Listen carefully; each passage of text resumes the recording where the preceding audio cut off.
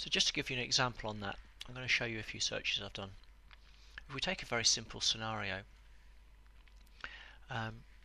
pretend that we need to find out how many Mirena coils that we've put in over the last 6 months. Perhaps we're going to submit a return to the PCT for a locally enhanced service.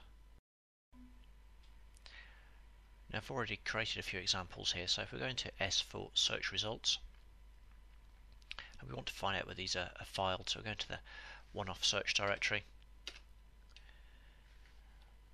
the EMIS demos. This is just where I happen to save them after they've been run. And we've got 3 examples down here. Now you don't get a lot of information down here, just the name of the search itself and the date that they were run. But if I pick the first one, which I know I did here, which was the one I called Mirena prescription over 6 months, that's number 3,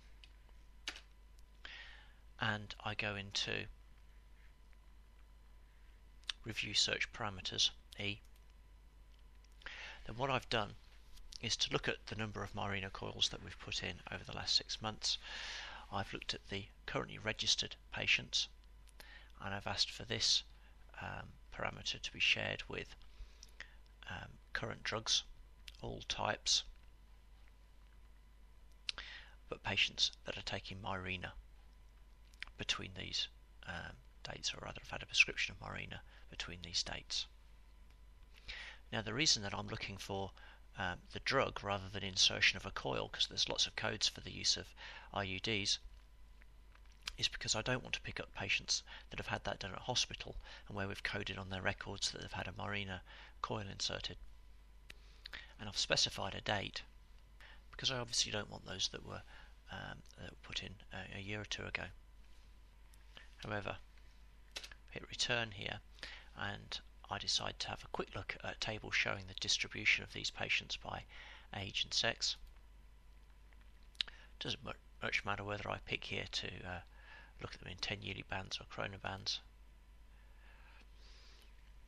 but I seem to have picked up a lot of patients, including quite a few males. Well, clearly there's got to be something wrong there with that search. Not only have we not put in that many coils in the practice, but we certainly won't have used them on any fellas. Going back into this list of searches, I decided to do it again and look at those that had the Mirena put in the second search, so class number 2, and I'll just show you the parameters for this one. Now this time I've tried to be a little bit more clever, and what I've done is search on all of the patients in the database, including patients that have left the practice or died,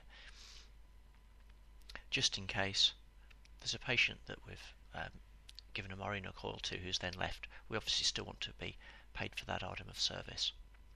So I've then looked over the previous 6 months for patients with Mirena coil, but this time this operator, and I'll explain about operators a little later when I show you how to build the search, says that the final result must include patients